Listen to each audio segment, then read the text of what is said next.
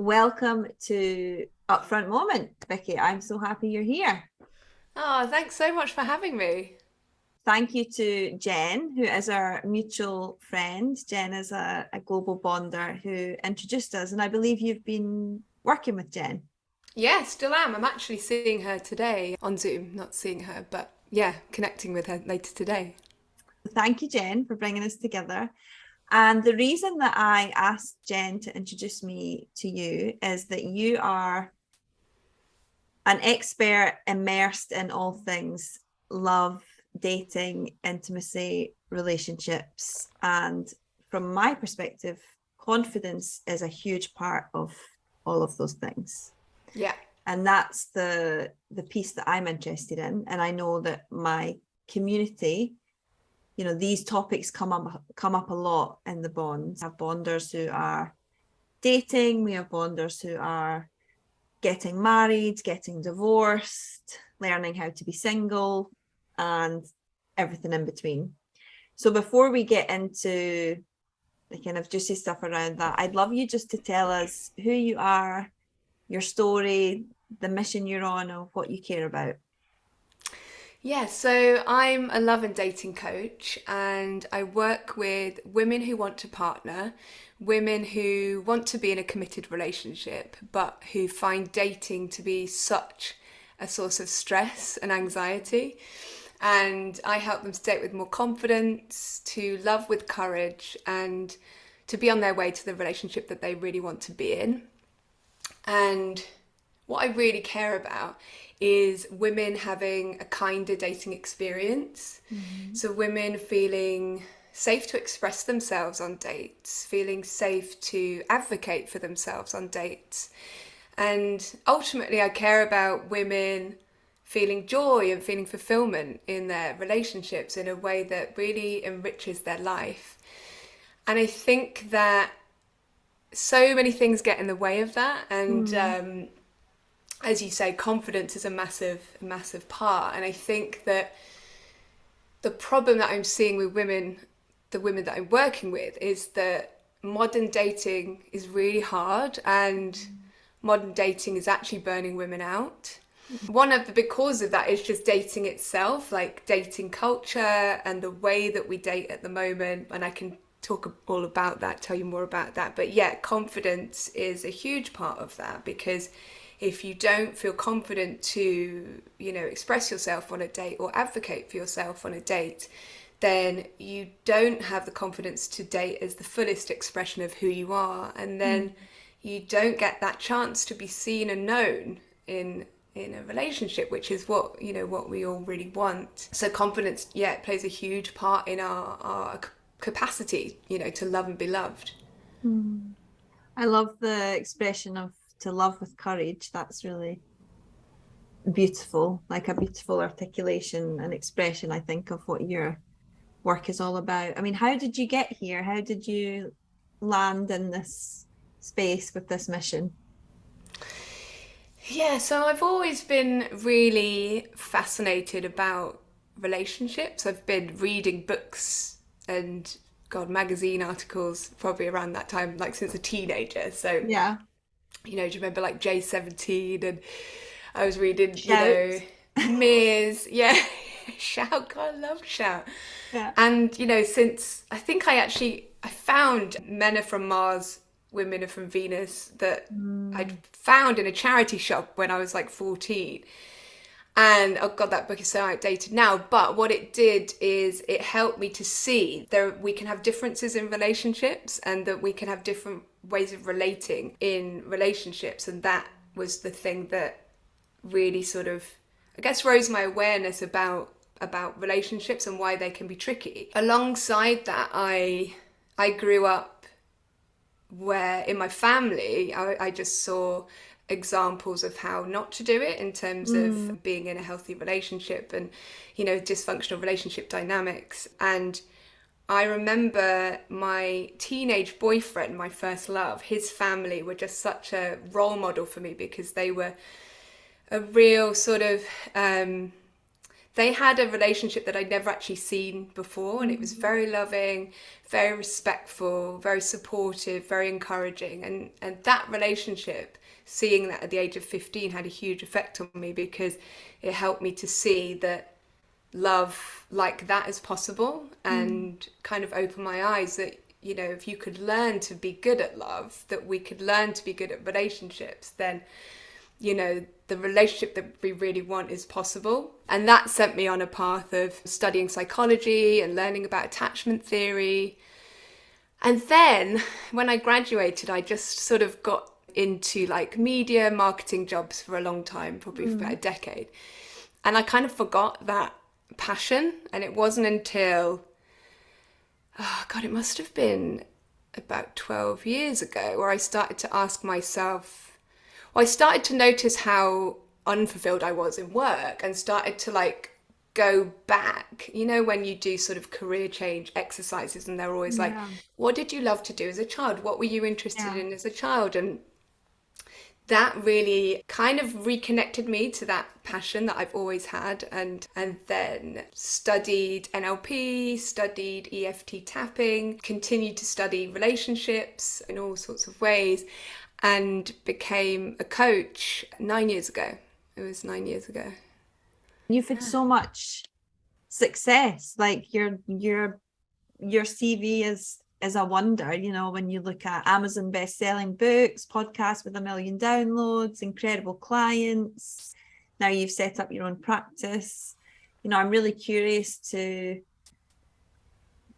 look underneath of what's been your confidence journey over that. Yeah, I think that running your own business has taught me the most about my own confidence. It's a bit like dating, you know, it can bring up all your fears and anxieties and insecurities. Can't hide. Yeah, like the visibility it requires, the requirement to show up, to be vulnerable. You know, it can bring up all those kinds of fears and insecurities and stories of not being good enough, feelings of inadequacy. And having to face those fears has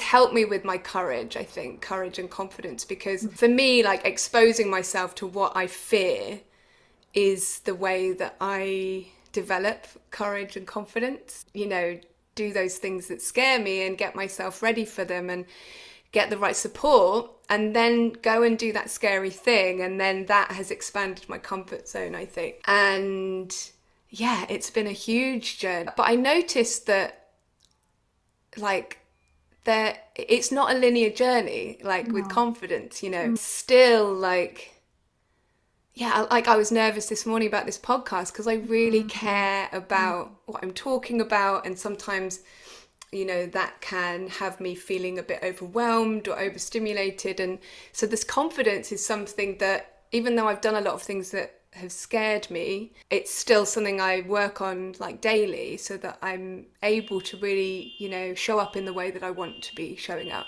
Yeah, I love that, and it echoes my experience completely. And that's part of what we talk about up front, is that there is no end date, there's no finish line.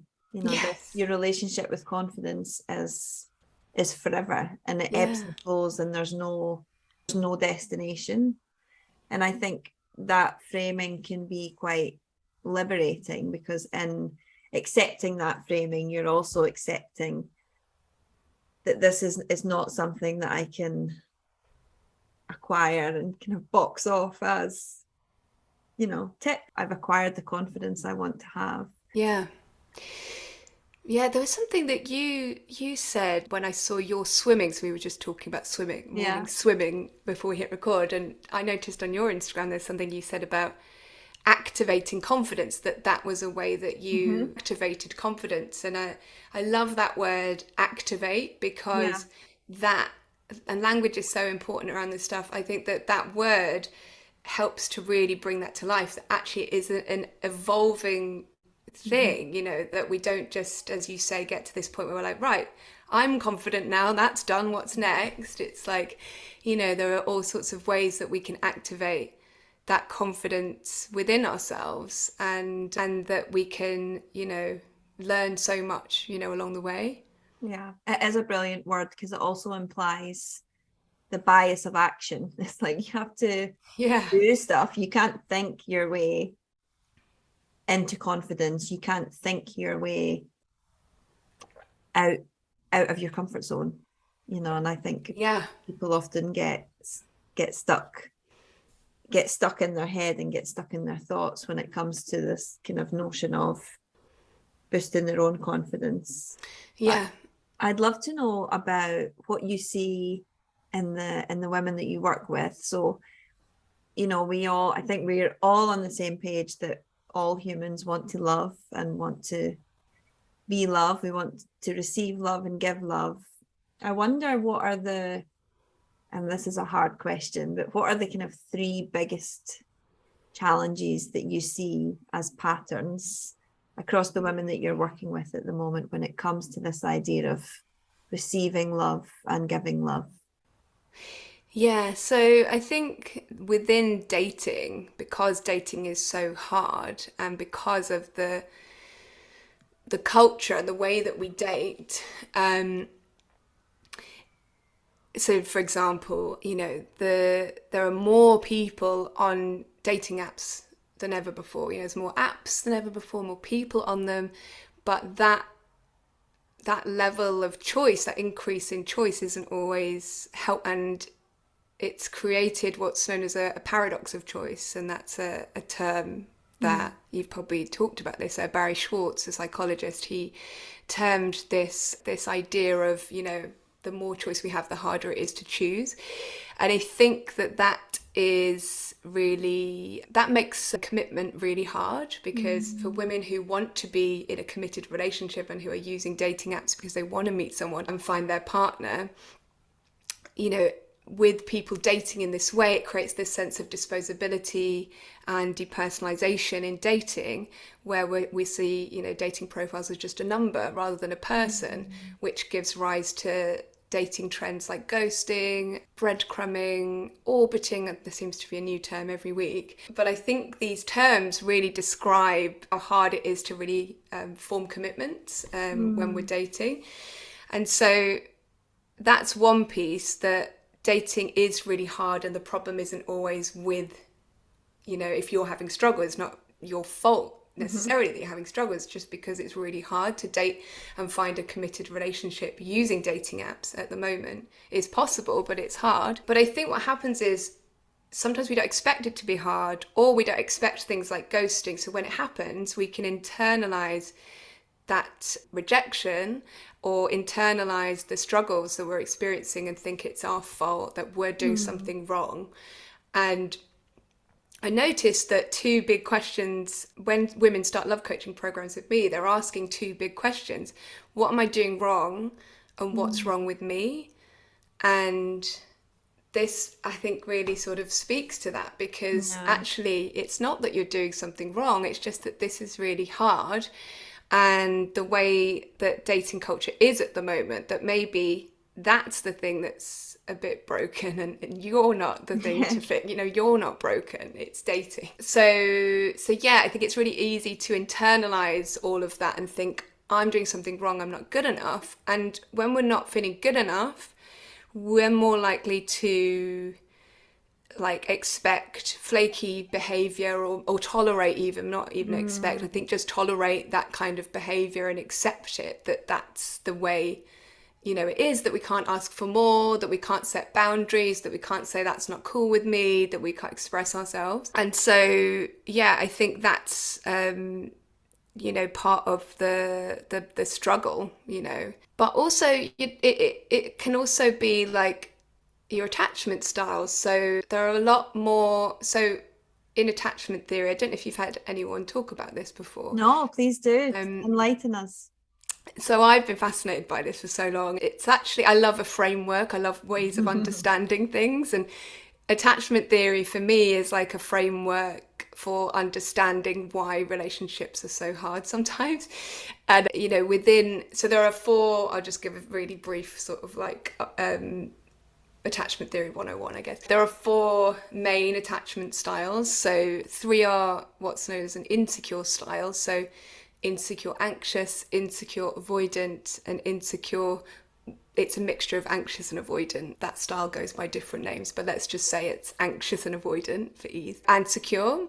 And within the population, I think it's 50% of people are secure, but within the pool of dating, that is skewed. It's not 50% of people that are dating are secure, because those people who are secure are more likely to be in relationships already. So you know, there is a pool of people within dating that where you have a bigger amount of insecure attachers than what, you know, we have in the population per se. And if you have an anxious attachment, that was always my style and one that I've been working on in my marriage. Oh, really? Yeah. And oh God, when I read a book about attachment theory called Attached, and when I read that, it just helped me to really make sense of why I found relationships so hard. And a lot of the women that I coach also have an anxious attachment style. And this can be quite confusing for someone who is dating with an anxious attachment style and wants to, you know, experience closeness in their dating relationships, in their romantic relationships, but who are attracted to people who have an avoidance style who... Yep, also me. Yeah. My partner. Right, yeah. Yeah, so yeah. Although we both haven't done the quiz for a while, I think we'd both come out as secure now, but it was definitely the point of tension at the beginning. And yeah, so if someone has an avoidant attachment style, they actually find that closeness quite suffocating, maybe overwhelming. And without awareness of our patterns, I think it can cause miscommunication, it can cause unnecessary hurt and pain in those dynamics. And yeah, I think like if you don't know anything about your attachment style and you realize that, and you're experiencing, you know, people that disappear after date 3 or date 5, or, you know, people who are emotionally unavailable, and you feel like you can never really get your needs met, or you can never really, you know, express yourself, like knowing that actually it's not anything personal, that actually it can help to sort of distance it from your own identity. Yeah, exactly. Yeah. I think it's also not just for dating, right? This applies to marriage, long-term relationships, like any existing relationship. Yeah. Yeah, and even not even with people. So I've noticed that I have an anxious relationship with my business as well. So I'm working on this kind of thing in all sorts of ways, like in friendships, in my relationship, in, you know, it can be in work relationships, it can be in relationship to something, or even a place. And I think what's interesting is that you can have more than one style. So when I work with clients, I send them a survey to do to look at the different attachment styles that they have with different people. And it really surprises people, because they're like, oh, like I didn't realize I have an avoidant relationship with my mum, but I have an anxious relationship with my friend, but then a secure relationship with that friend, but in romantic relationships it's avoidant. And what, you know, how does that happen? And I think it's sort of like, I think that's really interesting, because it shows the adaptability that we have in the ways that we relate. And I think that that's interesting for compatibility for women who are dating, because it might just be that it's the dynamics of the relationship that's bringing out a lot of the insecurities in your attachment style, rather than there being anything wrong with you. It's so interesting. And it makes me think about the whole of the relationship. Like, I know when we were kind of talking about what we wanted to talk about on this, in this upfront moment, a question that is coming up a lot in the bond is this idea of fairness and kind of equity and equality in a relationship. I think particularly for couples who have young children. And I would love to hear from you kind of your take on what does fairness in a relationship look like what are the lenses you think about that through, and also what are the questions that you think the women listening should be asking themselves to help them understand, to kind of have that moment of reflection around like what is actually happening here, like what is the status of fairness and equality and respect in the relationship that I'm in.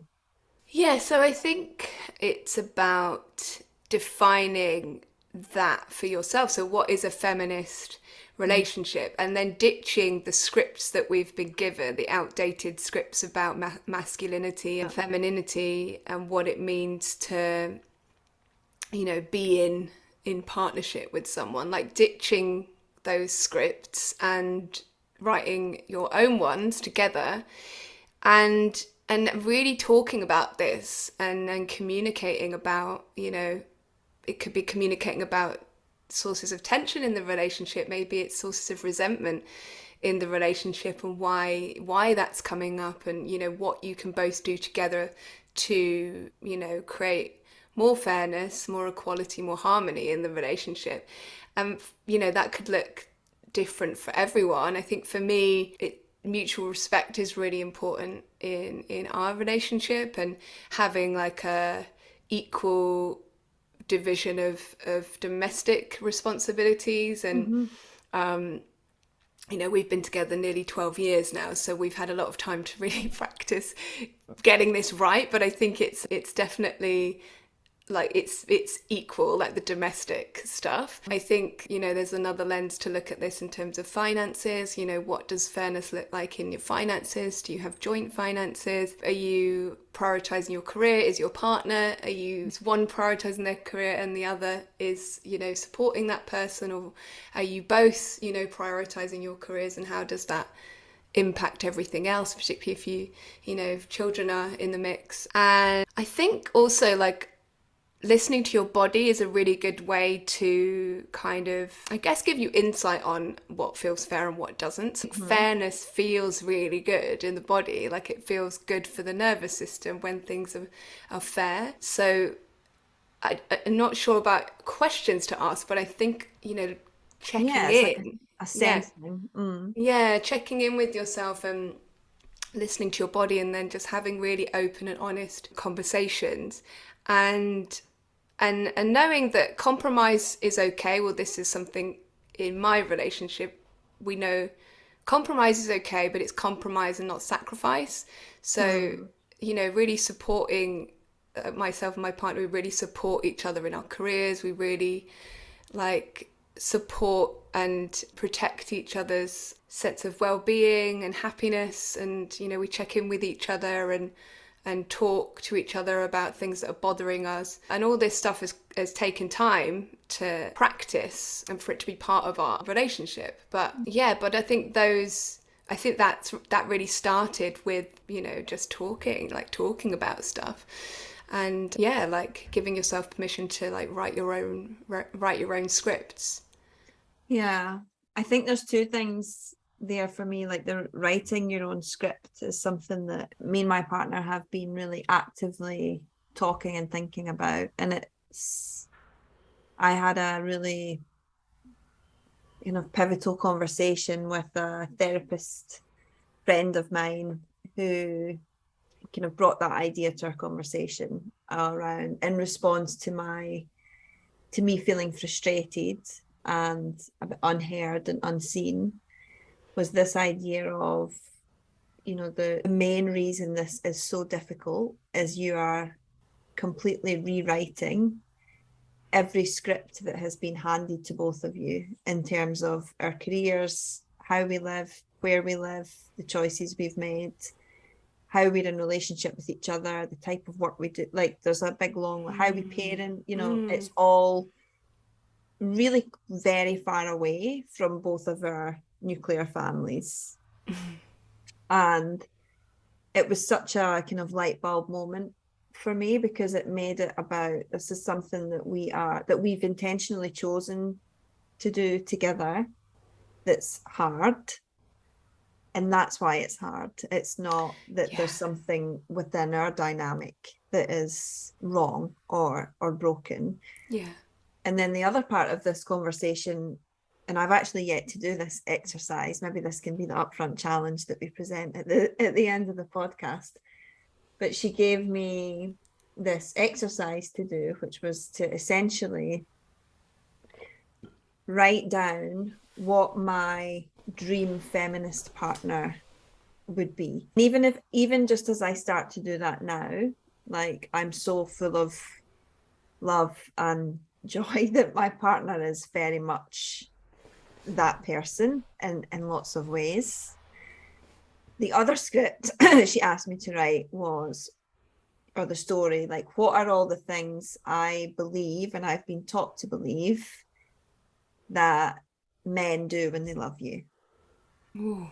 And this is the bit this is the kind of space that I'm in at the minute that I'm trying to figure out, because I can see that the conditioning from my life, just having grown up in the world that we grew up in, is so strong that for example, I believe that men who love you get jealous, and they are going to express that jealousy in a range of ways. My partner is not jealous, never would be jealous. That's not a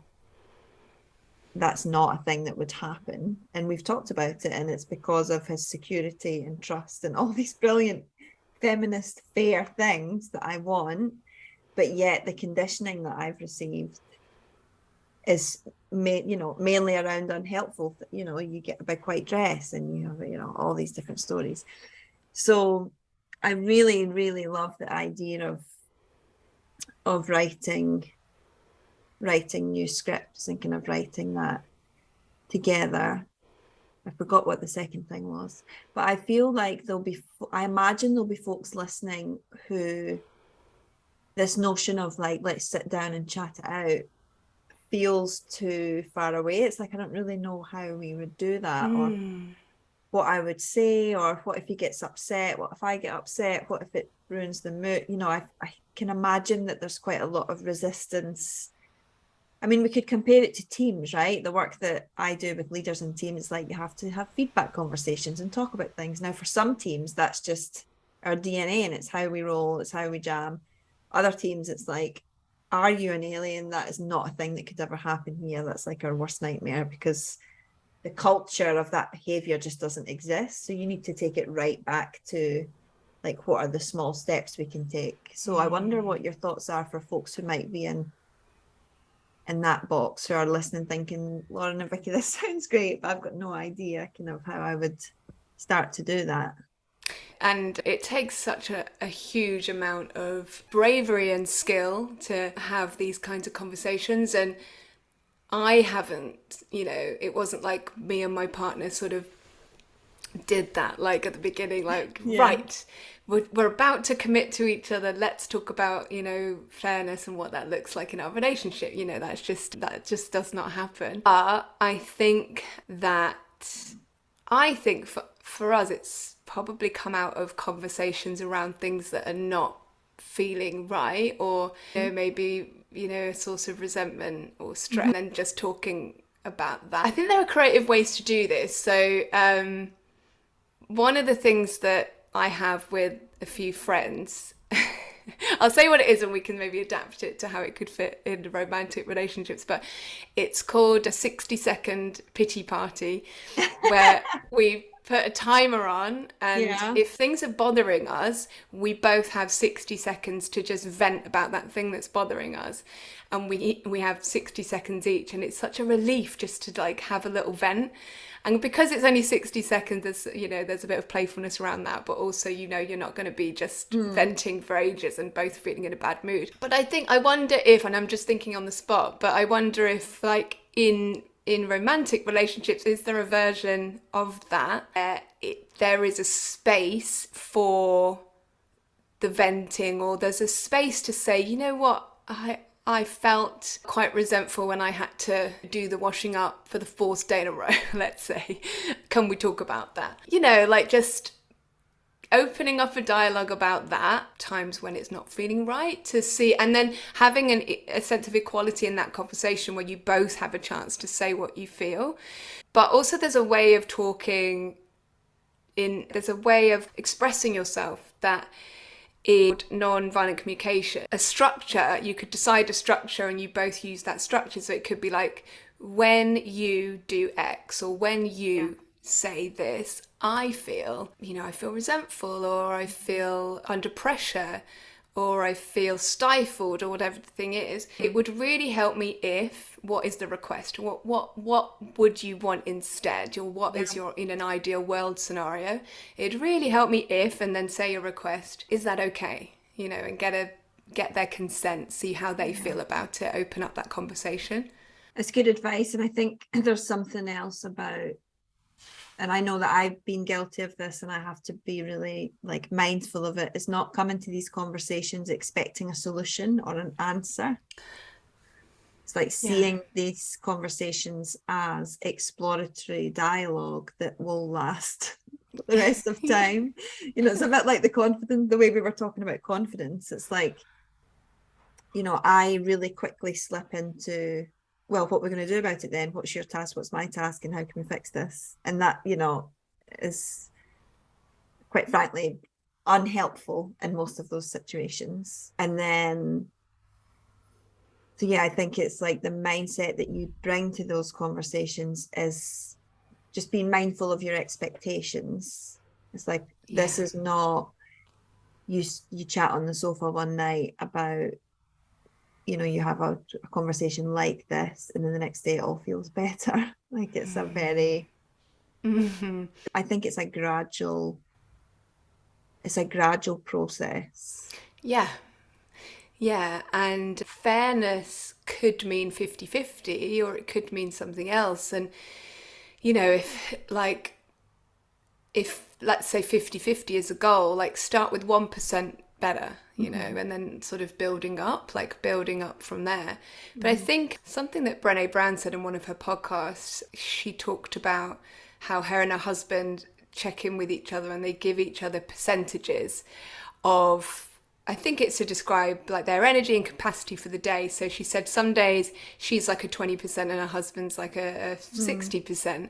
And so so that is a sort of giving him intel into her capacity for that day, and maybe he needs to pick up the kids from school, or whatever it is that they've got on that day, like they support each other. But it could mean like they both she was saying that sometimes they'll both be like a 20%, and they're like, right, okay, what help do we need to get takeaway tonight, let's not cook, and but I think that's like one example of like how you can be creative with this dialogue. Me and my husband actually use the spoons metaphor, and one of us might say, oh, like let blah blah blah's invited us for dinner, and then the other might say, oh, I'm really low on spoons this week, can't do that. I want to explain what the spoon, because I know that comes from communities who live with chronic pain and chronic illness and stuff, is how I'm familiar with that. Me too. Can you share what that? Yes, so it's a way of describing how much energy that we have on any given day, and it's a way of understanding that some things would take our spoons, like take our energy. So for someone who is living with chronic fatigue, they might have X amount of spoons, and those spoons are nearly gone by the end of the day through working, through cooking, through showering, through life admin and all those things. So it was a way to understand that for people who are living with chronic fatigue. And it was, I hope that I'm describing this in the right way. Let's find a link to put in the show notes for people if they want to learn more about this. But I remember when I learned about this in the context of that community of people living with chronic fatigue, I thought it was a really useful way of talking about energy, and I told my husband about it, and then we just started using it like in language, everyday language, like, oh, you got enough spoons? Have you got enough spoons for that, or should we do this? And not so much, not this week. And we find it a really useful way of understanding like capacities and energies. So these are just examples of how we can find ways of talking about this stuff. And so that we are on a mission to support 1 million women, non-binary folks, with their confidence and their visibility and their power. How do you think the world would change from your vantage point when we meet our goal? I think the world will be a much more honest place, a much fairer place, a more interesting place as well.